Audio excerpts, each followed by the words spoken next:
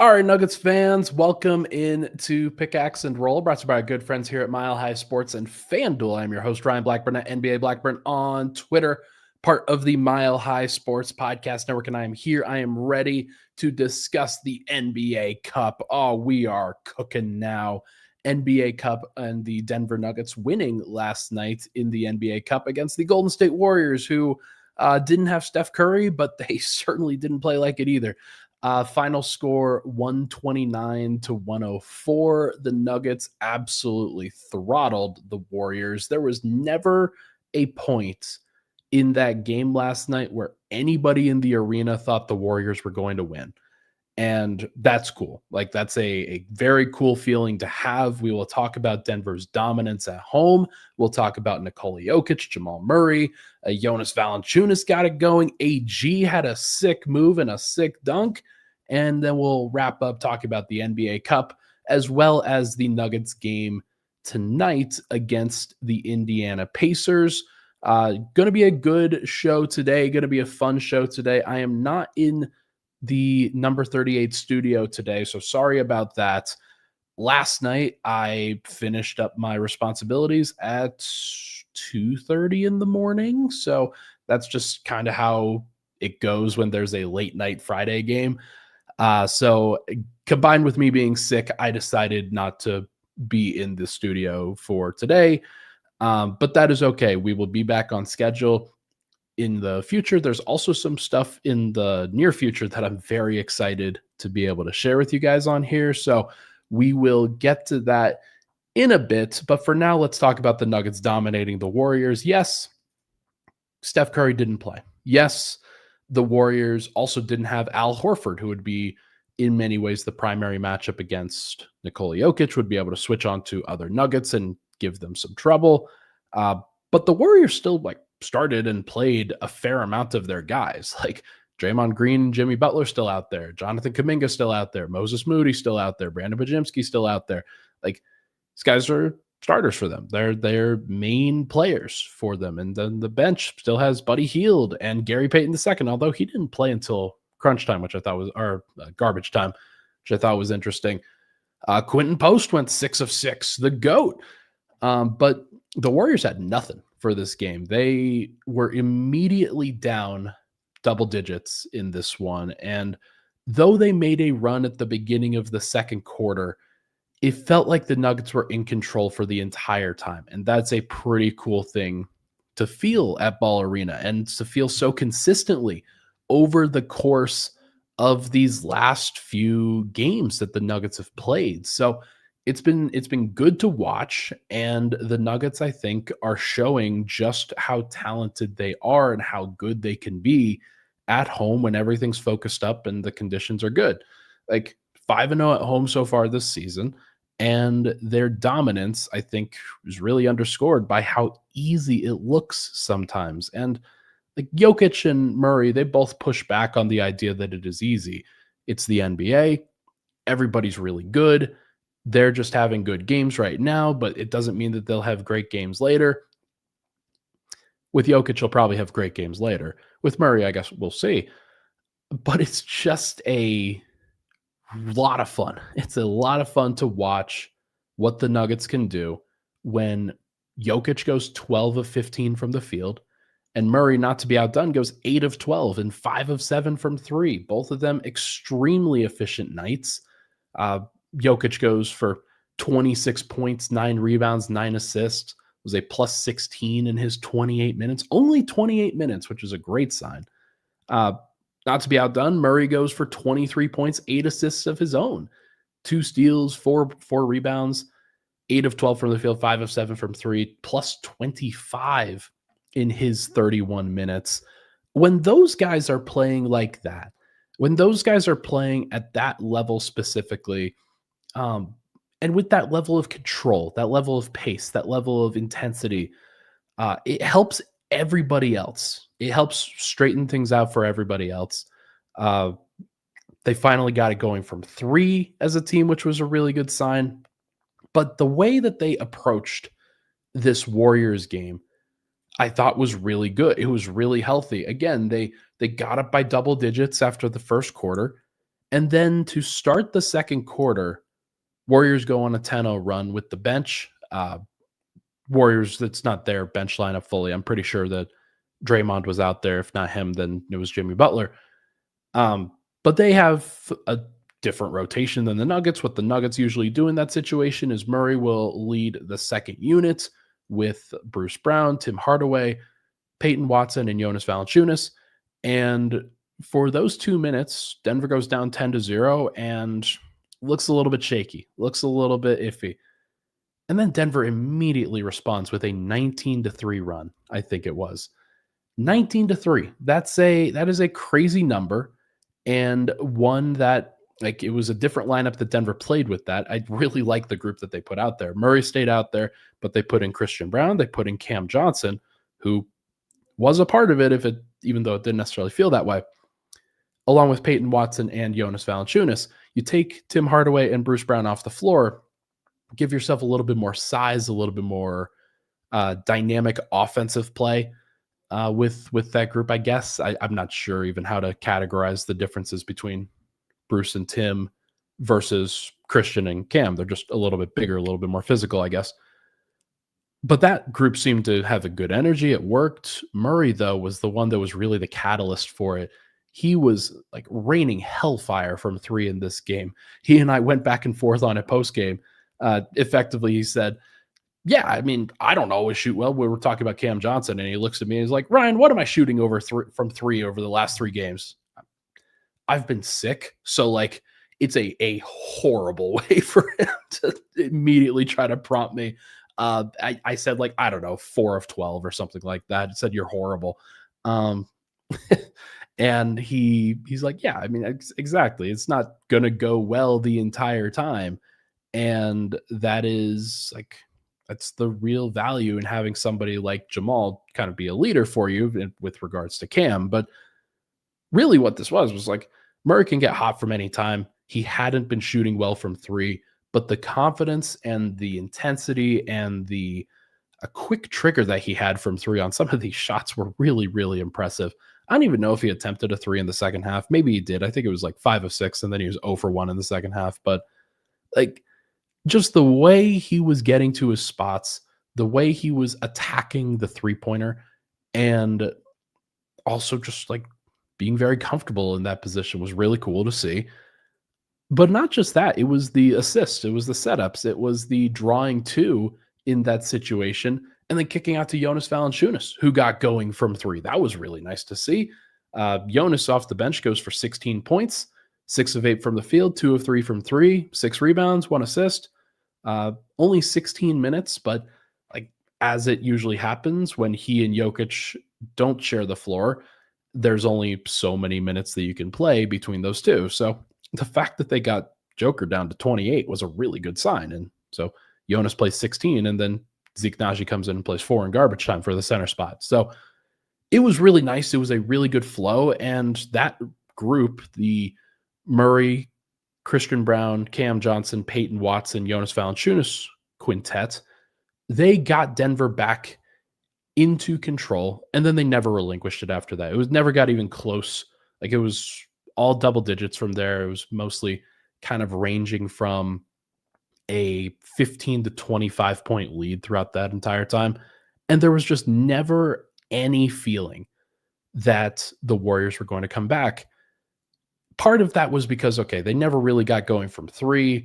I predicted that Moses Moody would go off. He did not go off. 1 of 9 from the field, 0 of 6 from 3.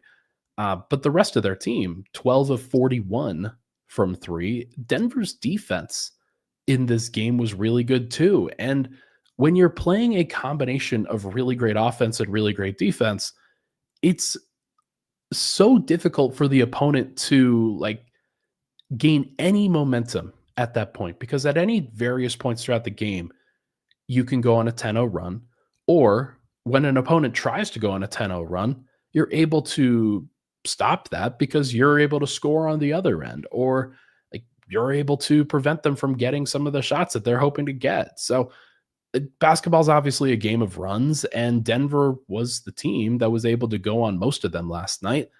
And it feels like they're going to be able to do that at home all the time. all the time. It's been fun to watch. Jokic, obviously, like 28 minutes is not that crazy, but the 12 of 15 from the field really does underscore how easy it was for him as well, where he's matched up with Draymond Green or Quentin Post or Trace Jackson Davis, or he's switching on to somebody else that's a lot smaller. He got matched up with Brandon Pajimski on several occasions. With gosh, who else was he being guarded by in some of those occasions? Buddy Hield, like it was weird. He was often getting into the middle of the paint, and Draymond would rotate over and have some really good contests. Like Draymond, I thought played a pretty solid defensive game, but it just didn't matter. Like Draymond, by the way, also shot 5 of 10 from three. He was either a sniper or missing the entire rim. It was pretty interesting to watch. But like Jokic just had no concept of Draymond bothering him. He was completely unbothered in this game. Zero free throws, didn't matter, didn't need to go to him. His jump shot was looking good. But more than that, it was just the nuance of being able to get to the front of the rim, spin baseline, use the touch on his floater, just everything that he's trying to do, he was able to get to. And it was awesome. It was a really great thing. And it makes it so much simpler for everybody when Joker has it simple. Like his process was really good, and Jamal's process was really good. And so everybody else is kind of able to capitalize off of that. And when those guys draw two people, it makes it really easy for others to contribute. Christian Brown hit a three, his only three of the game, off of a Murray drive and drawing two people in the half court. Cam Johnson didn't play well. We'll get to him on the other side. Aaron Gordon did play well, 6 of 12 from the field, 3 of 5 from three, 18 points, including two of the best points we've seen from the Nuggets so far. A rip it back crossover on the perimeter against Buddy Hield, gets right past him, and then dribbles into a one-handed tomahawk over Quentin Post for the poster. Quentin Post for the poster, huh? That's that's good. It was just really cool. It was a really cool moment, and one where Ball Arena absolutely exploded.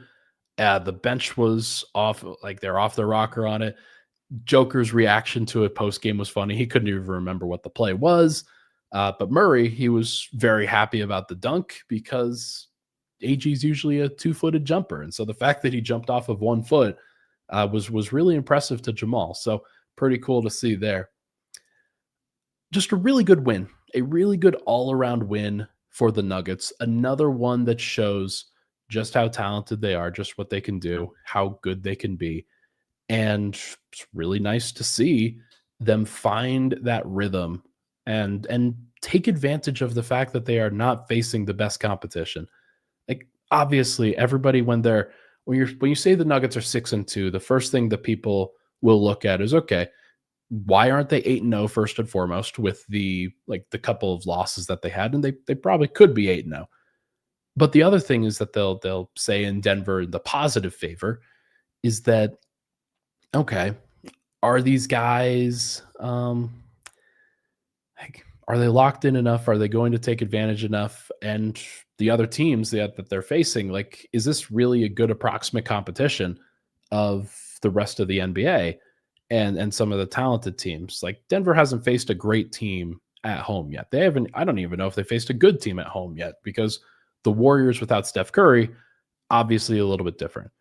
But you can only play who's in front of you, right? You can only play the team that comes to town, and Denver so far has taken care of business in that regard. Yeah, they've let the Kings game and the Heat game probably got a little bit closer than they should have. But they blew out the Pelicans, they blew out the Suns, they blew out the Warriors, and now they're going to face the Indiana Pacers tonight on the second night of a back-to-back. Pacers will be rested. We'll talk about that in just a little bit, but I do think that like Denver's got a lot going for them right now. And to be 5-0 at home, not allowing those slip-ups is a really big deal. And as long as Denver can go a reasonable record on the road, they're going to win a lot of games, because Ball Arena looks like a haven for them. It looks like a great place for them to like just play and have fun, play at a fast pace, enjoy it, and not get too caught up in the trials and tribulations of the season.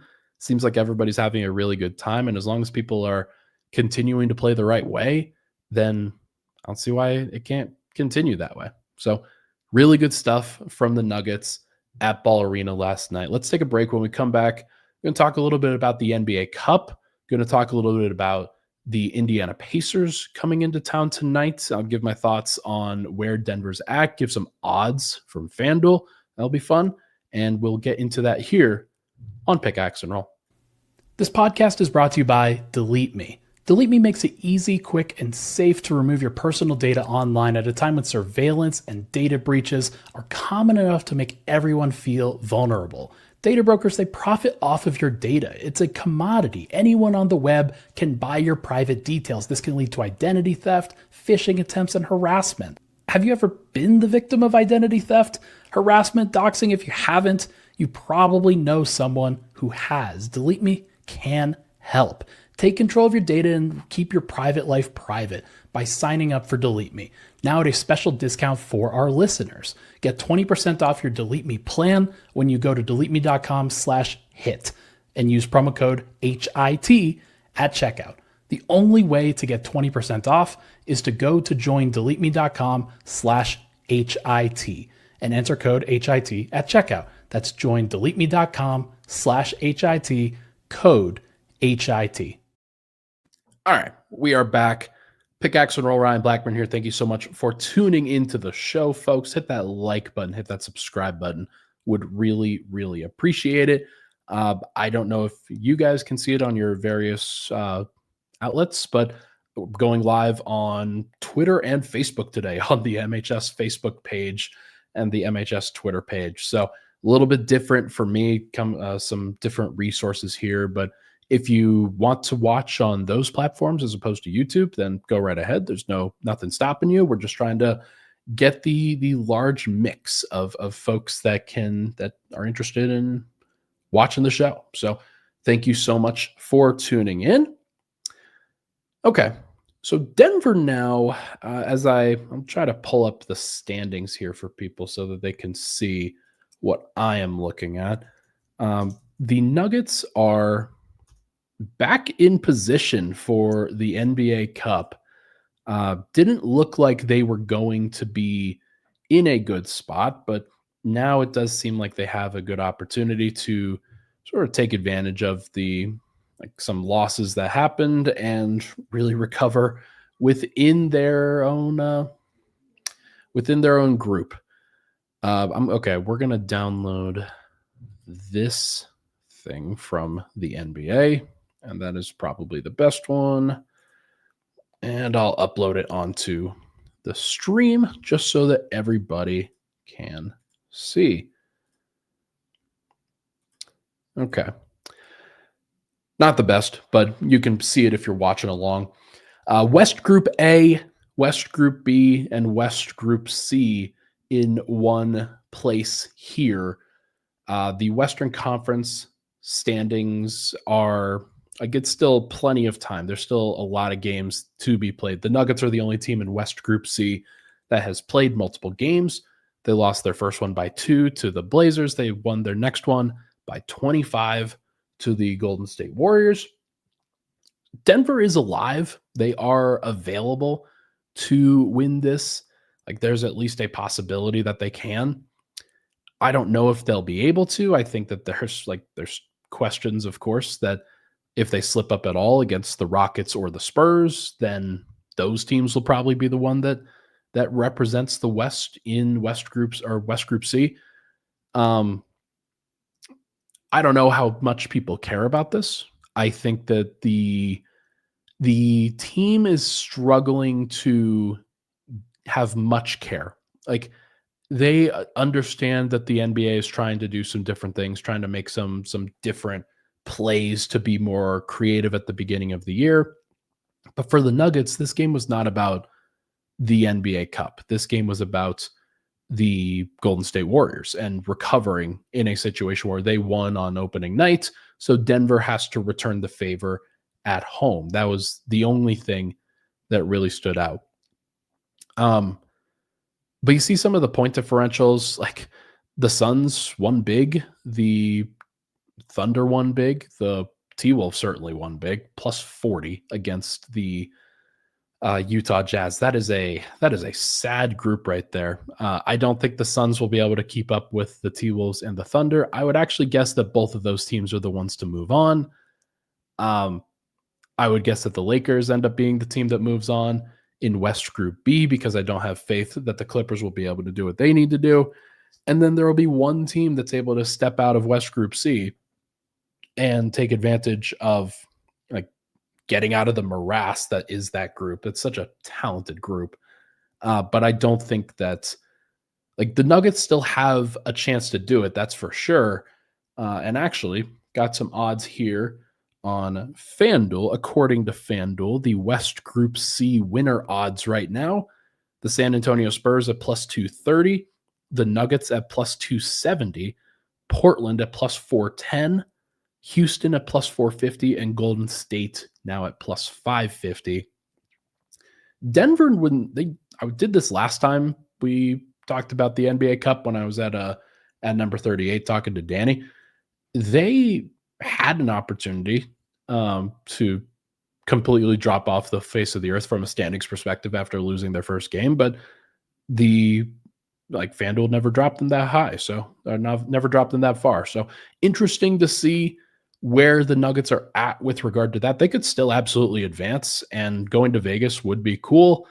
And as 42 Ultra says in the comments, that blowout last night definitely helps the point differential. Absolutely. Like that's the most important thing when it comes to not just being the winner in your group, because that's more about head to head, but certainly in the entire NBA when it comes to being that wild card team, the one, because basically the way that this works, you get a one winner in each of those groups, and then you get one wild card team across the other 12. So like is a very small group, but the only way to get there is to win and win big. So we'll see if Denver can continue to do that. Okay. Tonight is an interesting test for the Denver Nuggets. Tonight is an interesting test. They're on the second night of a back-to-back. The first one of the season. They played a big NBA Cup game last night. Obviously, the minutes that everybody played was not that crazy. Jokic played 28. Murray played 31. Christian Brown played 32. Cam Johnson played 25. Aaron Gordon played 24. Peyton Watson played 24 off the bench. That was the most of any bench guy.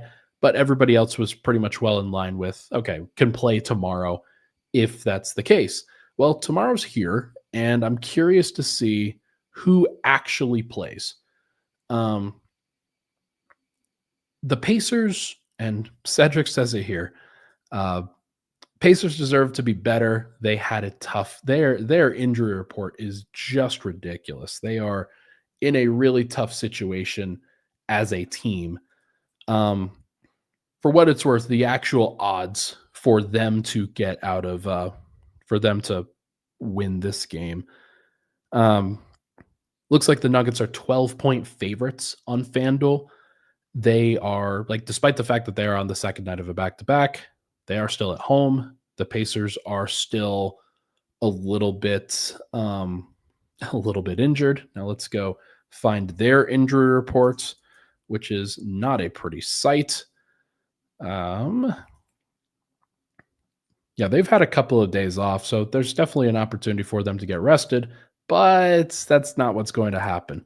Here's obviously Tyrese Halliburton is out. That was pretty noted. Here's who else is out. Benedict Mathurin, Obi Toppin, who's out for a significant period of time. Quentin Jackson, who's been really good for them. Johnny Furphy, one of their rookies in recent years. TJ McConnell. Andrew Nembhard is questionable.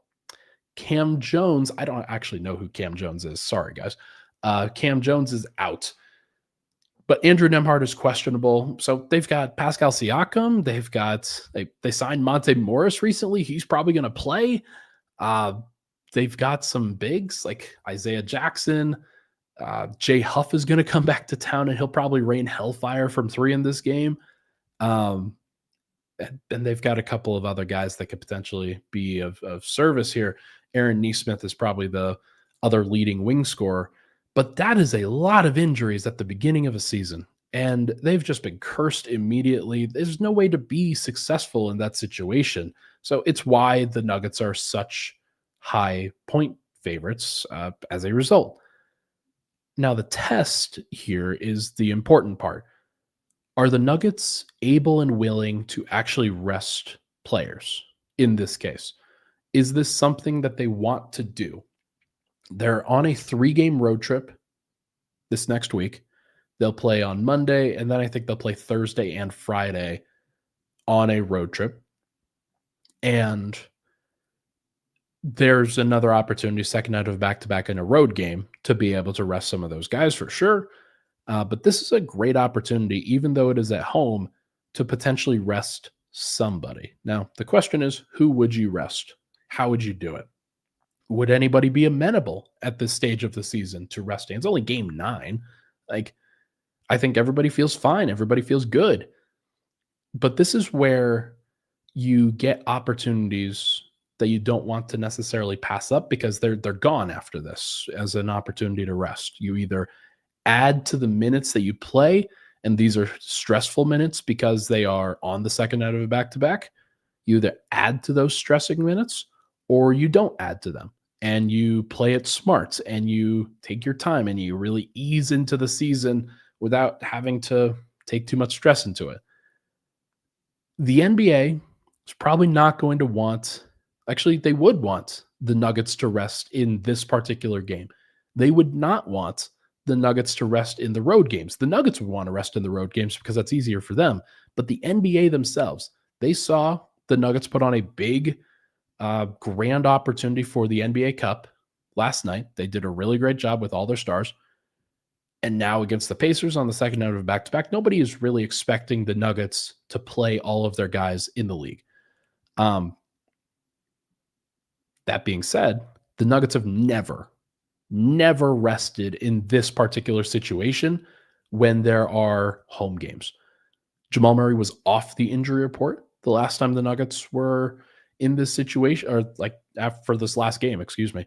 He was off the injury report. He obviously looked really good last night, although he did face press the entire time. It's taxing in that situation. He did play 31 minutes. He'd be a candidate for me to rest.